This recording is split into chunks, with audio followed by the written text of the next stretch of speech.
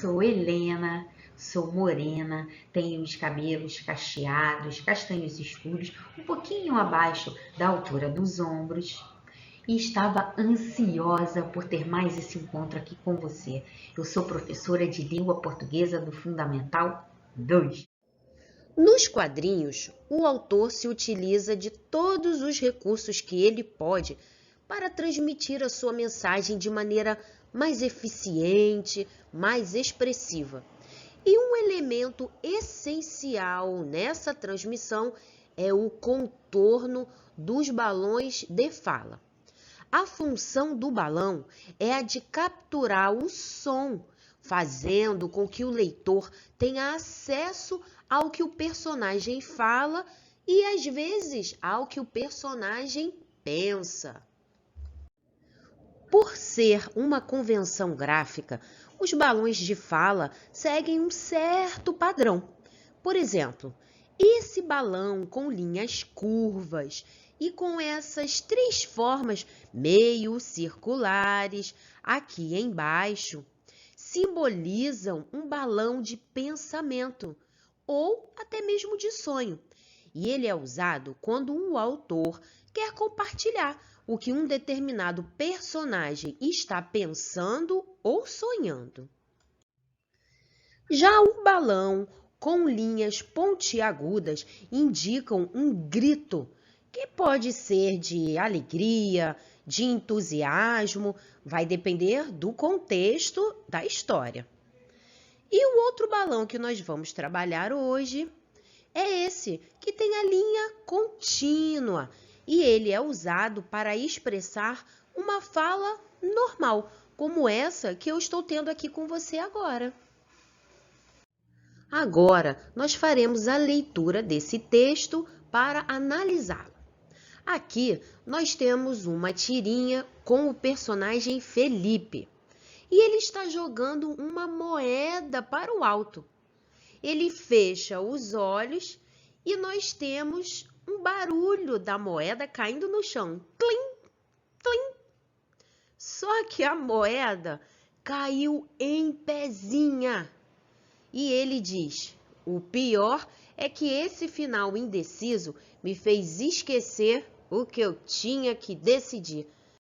Ai, coitado do Felipe, ele jogou a moeda para ajudá-lo a tomar uma decisão e a moeda, ó, ajudou em nada, porque ela caiu em pé. Bem, vamos observar o último quadrinho dessa tirinha. Nesse último quadrinho, nós temos um balão de pensamento que, apesar de não ter as linhas do contorno arredondadas, esse balão tem aquelas três formas que eu falei anteriormente. Observe que o balão está sendo ligado ao Felipe por essas três esferas, e isso simboliza que o Felipe está pensando.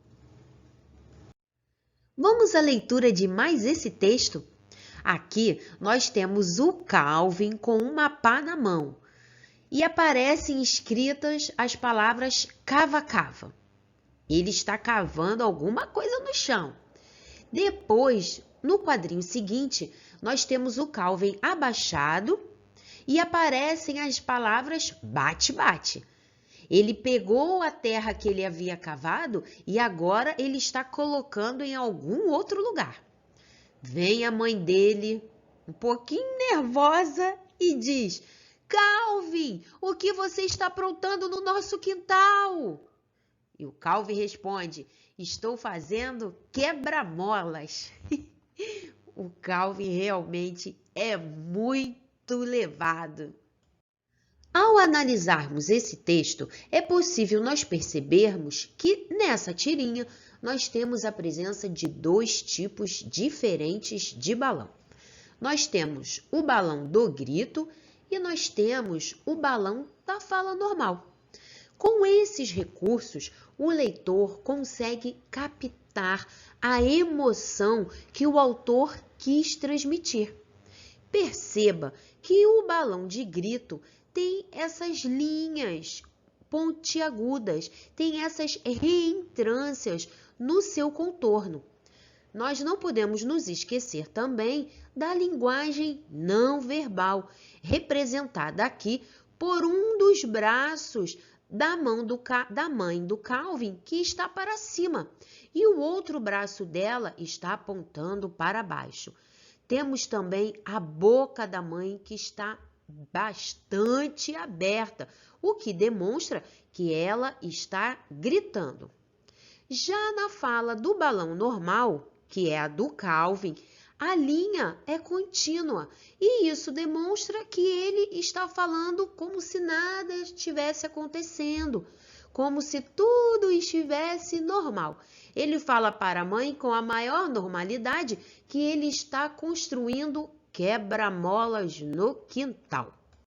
Outros dois recursos muito utilizados em quadrinhos são as onomatopeias e o negrito. As onomatopeias são palavras que imitam os sons, sejam eles sons da natureza, sons eletrônicos, mecânicos ou ainda ruídos fantásticos e imaginários. Já o negrito é um recurso usado para dar destaque a uma determinada palavra. Vamos à leitura desse texto? Os pais da Mafalda estão dormindo na cama e eles acordam com um barulho. Tucutum, tucutum, tucutum, tucutum, tucutum, tucutum. A Mafalda pula na cama. Shhh! Feliz Dia dos Pais! Ela pula em cima do pai e dá um beijo nele, porque é Dia dos Pais. Nesse texto, nós vamos analisar as onomatopeias e o negrito. Vamos iniciar pelo uso das onomatopeias. Perceba que a onomatopeia tucutum, que está no segundo quadrinho, representa as passadas da Mafalda. Observe também que elas vão aumentando de tamanho à medida que a menina se aproxima do quarto dos pais. Além do aumento do tamanho, as duas últimas passadas estão em negrito. No quadrinho seguinte, nós temos a onomatopeia shk, que parece um beijo. E, por fim, nós temos no último quadrinho o uso do negrito, que é um recurso que serve para dar destaque. Agora é a sua vez. Leia a tirinha da Mafalda. Ela está sentada assistindo televisão e aparece escrito fim. Clique!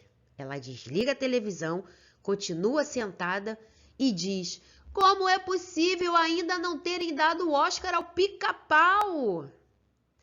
Repare no contorno da fala no quarto e último quadrinho da história. O que esse recurso indica?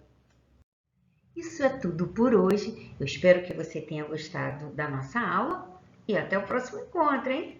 Tchau!